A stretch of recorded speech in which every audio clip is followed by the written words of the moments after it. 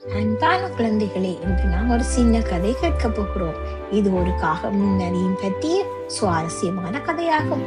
ஒரு நாள் ஒரு காகம் ஒரு வீட்டின் அருகில் கிடந்த சூடான வடையை கண்டது.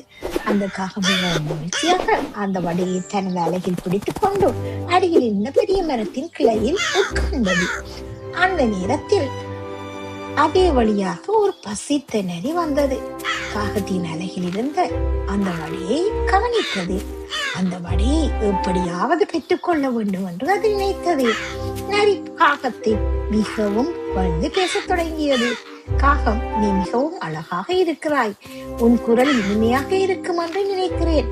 இந்த புகழ்ச்சியை கேட்ட காகம் மிகவும் மகிழ்ச்சியாகியது. அது தனது குரலை காட்ட வேண்டும் என்று நினைத்து பாட முயன்றது.